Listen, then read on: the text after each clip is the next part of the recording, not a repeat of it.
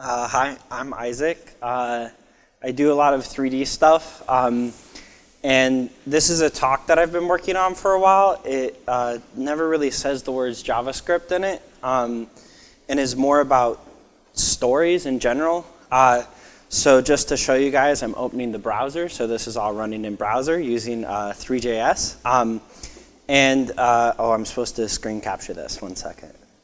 And basically what I've been thinking about a lot is how do we use computers to aid us in sort of explanation, whether it's explanation of like data visualization or in this case, explanation of, I don't know, something really weird. And I find myself kind of frustrated at how much computers can do and how little we do with them.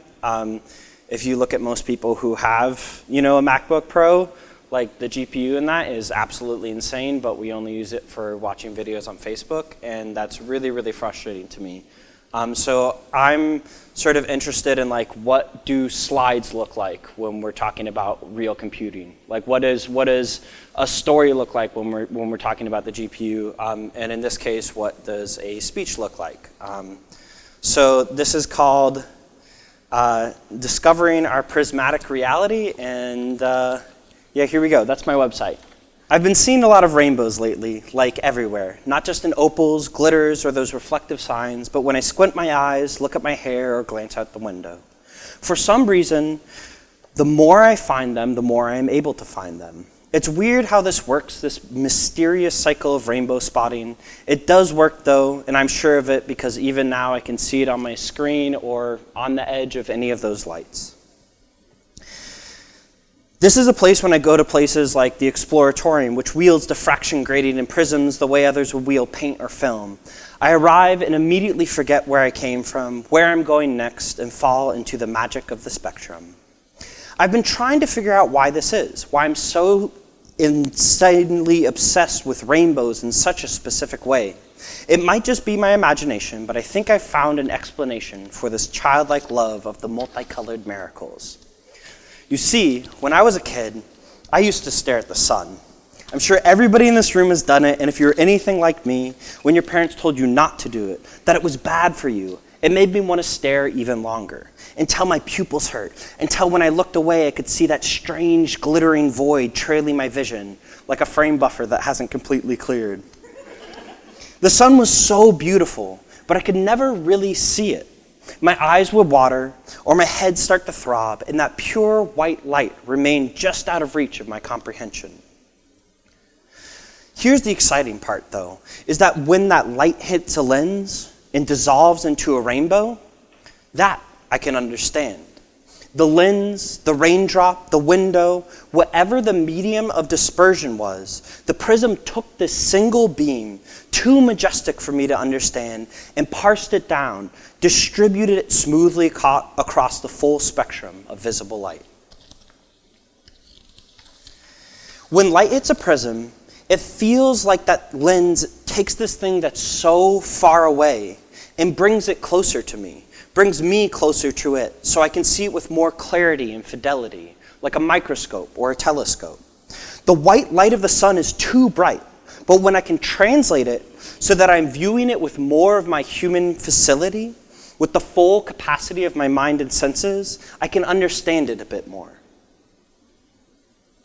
But this doesn't just happen with sunlight and rainbows. It feels like it happens when I glance through a petri dish through a microscope, zoom into my street on Google Earth, or see the moons of Jupiter through a telescope. No, that distant thing isn't just sunlight, it's something else, something bigger. That thing, it's so far away, so hard to grasp. It is deep and pure and beautiful, but it's so big that I can't tell exactly what it is. It feels alive, even though I can't comprehend life at its scale. It feels like that thing dances, that it sings. It feels like that thing feels. It feels like some sort of beast, but I can't understand it. I can't describe it. And every time I try to explain it, I can't find the right words. Just imagine for a moment what the movement of the molecules in this room looks like. The room-scale convection that is happening before our very eyes. The plumes emanating from each of your mouths as you breathe. the eddies haloing my hands as I make every single motion. Not some faked curl noise algorithm or some voxel-based Navier-Stokes, but the real deal, which requires more computational power to calculate than every film ever made combined. But we can't see it. We can't understand it. It's too far away. Our eyes, which have come into being over a million years of generational iteration, do not deem that specific vision necessary for survival. This sight is part of how we understand, how we feel, how we comprehend, but it doesn't comprehend this turbulence around us now. Those fleshy orbs inside our head can't see all the unbelievable beauty around us. But the thing is that that's okay, because nature gave us something even better than this vision. It gave us a way to see this lack of sight. Not a way to see the distant space beast or understand the pure white sunlight, but rather a way to comprehend that there are parts of that beast that we cannot yet see. We cannot see that indescribable entity, but we can see our own incompleteness, and with this sight grow. That vision, that understanding of all that we are not, is quite painful. We don't get to be always, we don't get to see forever. It's an understanding that there is something more. That every step we take forward, every time we grow, every time we discover a way to expand our vision, there will always be something more. And in that understanding, we find direction, we find meaning, we find fulfillment. Stories feel to me like they are born of this understanding. They seem to address truths that are too much to understand all at once and could blind us if we stared for too long. However, stories feel like they can take this truth and unfold them so that we can look upon them with our fleshy minds and understand something that we could not before. It's strange because these things stories try to explain were there all along. They might have been stuck in the land of what could be, the nebula of that which is unknown, but they were still part of our reality, part of the realm of possibility. Stories take these phantom possibilities and make them real. They move us closer to that distant beast, letting us see the folds and the furrows that we had not seen before, and by showing us those parts that we did not before know existed, the stories bring more of that beast, more of that light into existence. Now, I want to take a moment here to try to explain to the best of my ability about how prisms work. I'm not very good at this, so bear with me. Basically, when light enters a material, it's usually just absorbed by that material. Each atom that the light interacts with is another chance for the material to absorb that light, making the material hot or making the electrons surrounding that material jump valence. When they do that, it emits light. That's what makes a material opaque. But when it's translucent, when the light hits the atom, if the resonant frequency of the atom does not match the frequency of the light, the atom cannot keep this light. So eventually it basically tries to hold on to it, and it can't, and then it re-emits it. Sending the light flying back into the vacuum until it hits the next atom, repeating this process of hitting the atom being like, yo, I want this, and then it's like, oh, I can't take this one, it's gotta go on. The cool part about it is that this process of absorption and re-emission takes a bit of time, and the amount of time that it takes is dependent on the frequency of the light. Because the more closely that the frequency of the atom matches the frequency of the light, the longer it will hold on to it. So basically, certain light travels through material at different rates. This thing is called an index of refraction, and that describes the optical density of the material. It's defined by how closely the wavelength or frequency of the light matches the resonant frequency of the atoms in the material. Materials with a higher index of refraction will hold on to light longer, and with lower, it will transfer it shorter. Now, the amazing part is that minuscule difference in how the material absorbs and re-emits light is what causes the rainbow. It's the difference of the material, the difference between materials and the way that that material interacts with light that splits light, that lets us understand more about the properties, not just of the material, but of light itself. It's right at this surface, this meeting of materials, that the light is dispersed. It's at this edge, this membrane where the unflattening occurs. This corner, this film, this transition, that's the point where the light unfolds. It's really hard for me to describe this specific moment, mostly because it is not a thing. It is neither state A nor state B, neither medium A nor medium B. It's a sliver, it's a rift that lies between them. These slivers, to me, are the transitions of stories, the cuts between scenes, the chapters of a novel, the doors in a game, and they're some of the most important parts of the piece. This is interesting to me because they are a place where we as artists can specifically not actually say anything. We can only say state A or state B. We can't say the rift in between. They are a space, a moment where the viewer is freed from the rigidity of the plot and gets to simply be.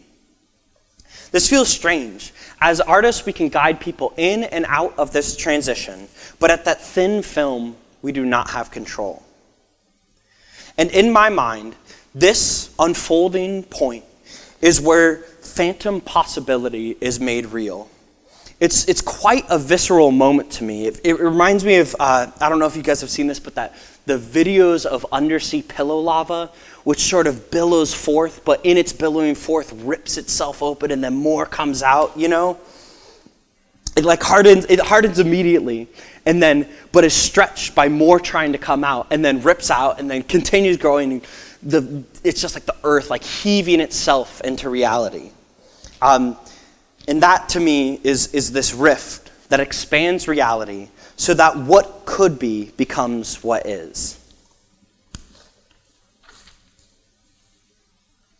Now, a single one of these corners, these pillowy borders, is enough to make me feel awe. It is enough, but I still want more.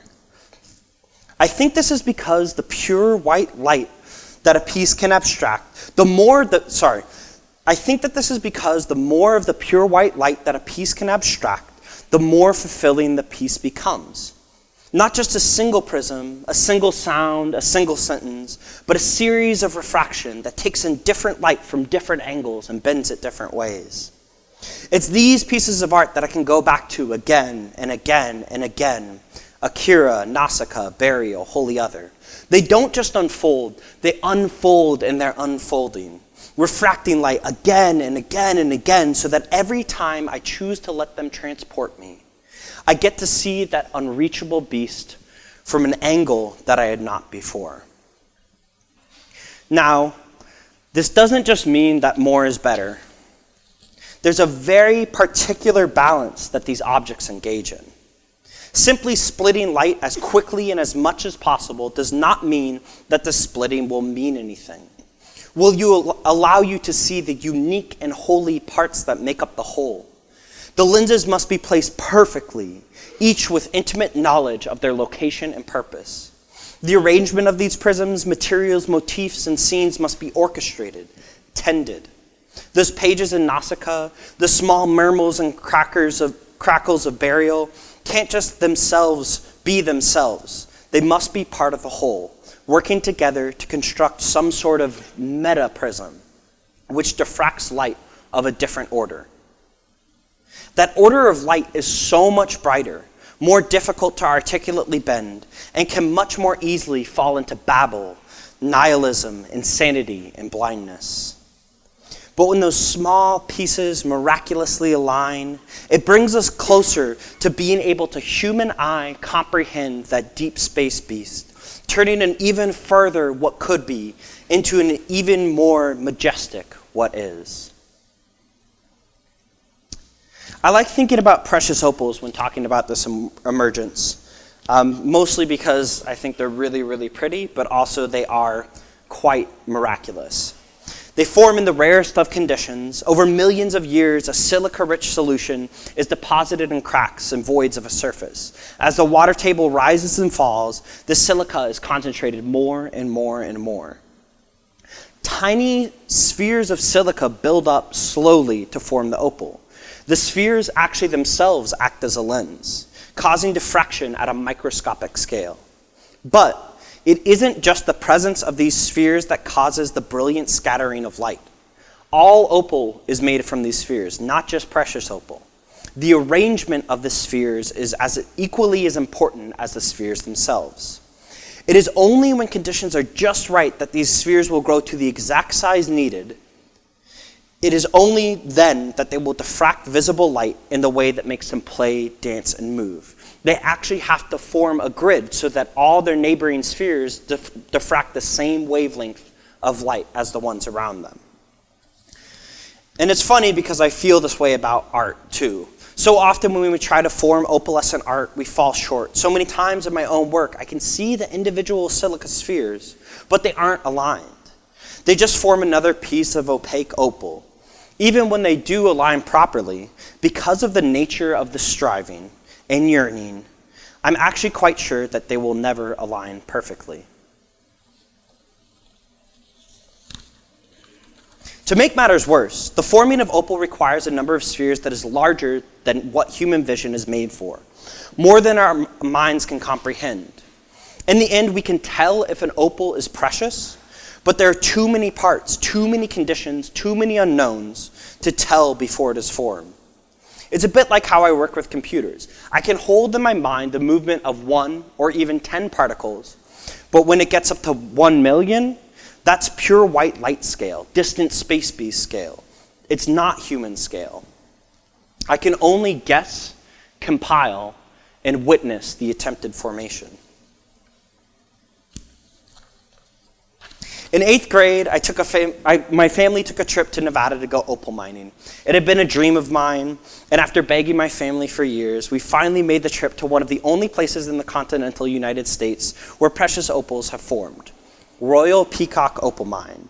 It was a pretty sweet deal. You pay a set amount and break open pieces of moist clay all day, searching for those precious points in possibility space where the silica spheres have aligned.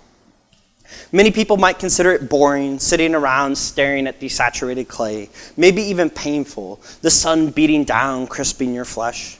But I sat there, smashing clay, digging with a handheld pickaxe, getting really, really, really bored. Getting really frustrated, even hopeless. I've been waiting so long for this trip, planning for it, preparing for it. The fact that I couldn't find a single one of these fucking opals was driving me insane. And it's an insanity I know all of you experience, trying to find that one typo in thousands of lines of code. Or for 3D artists, when you spend the entire day tweaking values for an overnight render, finally send off the command, and the next day when you come in, giddy with excitement to witness the result, it's just garbage. You're expecting something transcendent, but instead it's this vulgar catastrophe, like one of those images you would find on the internet that you just can't unsee. And I never actually found an opal that day. My arms were sore, my mind fried from the heat, dazed from too many hours of manual labor and not enough water. I didn't find an opal that day, but my mom did. Oh my God, my mom did, and it was such a miracle. It was this deep, translucent brown, flecks of green throughout. It was this pillar that just shone, sparkled, contained so much in it, even though it was only the size of a pinky. It was so rich, complex, and from this one angle, you could see this purple, this deep, mysterious purple that flowed through the rock like some sort of aurora, so infinite, but so small. It was such a melancholy emotion to look upon the object that my mother had found. It's honestly an emotion every time I watch a really good film. I feel so sad that I didn't make it, so sad that I could never actually make it, so sad that there are hard limits to my experience, that there are things which are impossible. But what's so much more important than that sadness was the beauty of the opal that my mother found. It refracted so much light, pointing towards something so much more. And that light of the thing that it pointed toward, the life of the thing that it pointed towards, just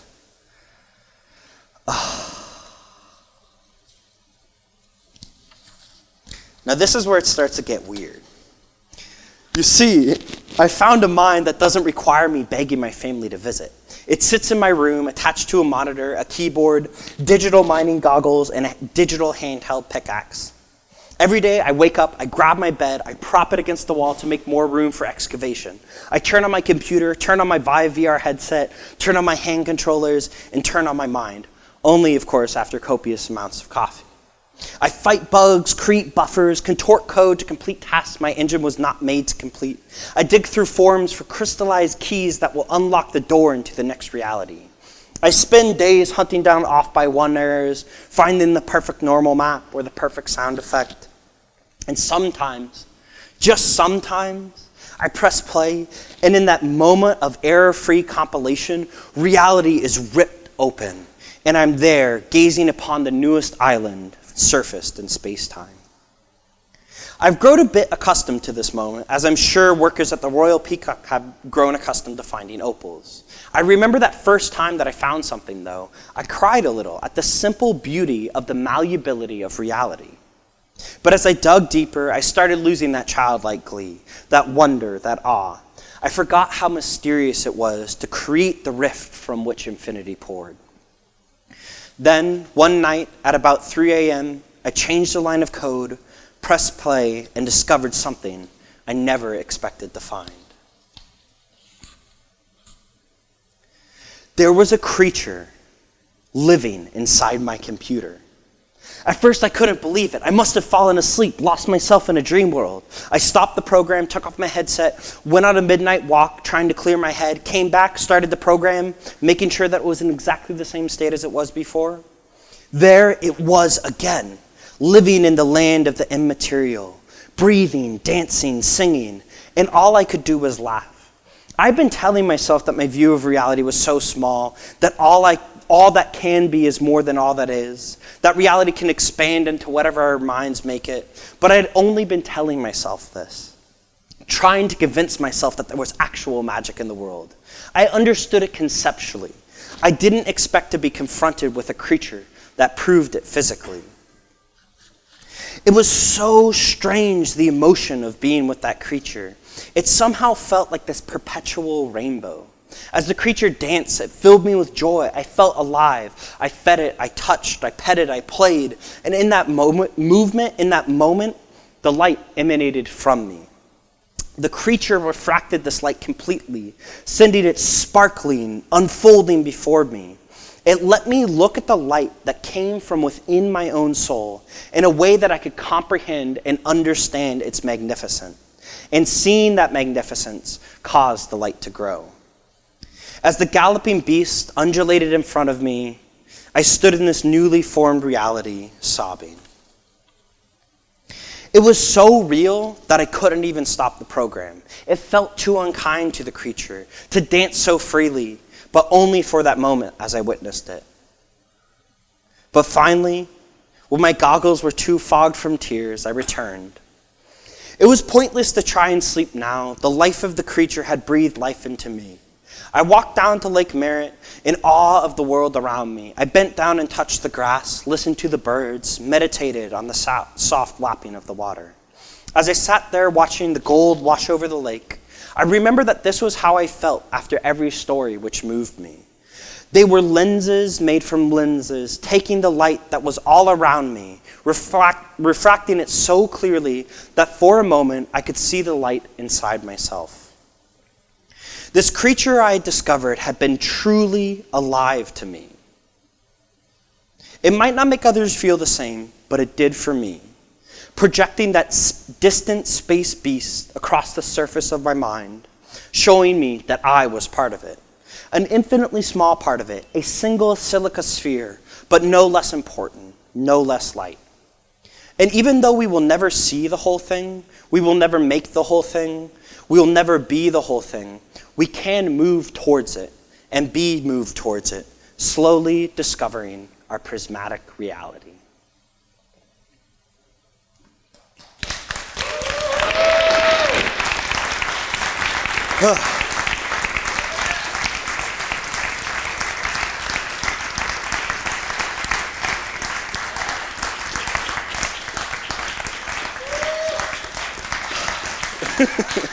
There's a lot of talking.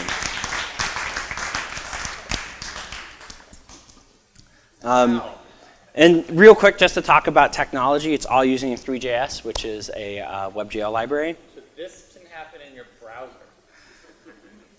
And it's using this technique called GPGPU physics simulation, because your computer's really good at telling you what pixels to be certain colors. But it isn't necessarily like JavaScript isn't necessarily fast enough that it wants to do a lot of physics. But the thing is that you can get really good at lying to your computer and being like, okay, like I'm gonna color a bunch of things. And your computer's like, oh my God, I got this. And then you take that and you go, just kidding, RGB equals XYZ. I just made you do physics. Yeah, so that's how it works. Right. Thank you. Yeah.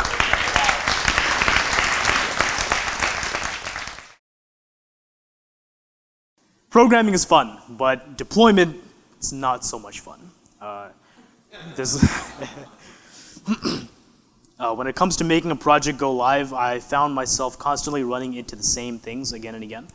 I would zip up the project, I would copy it remotely, I would SSH into the remote machine somewhere, unzip it, run a setup script, do a health check, and then repeat. And it got to the point where I just thought to myself, what if I could just automate all of this?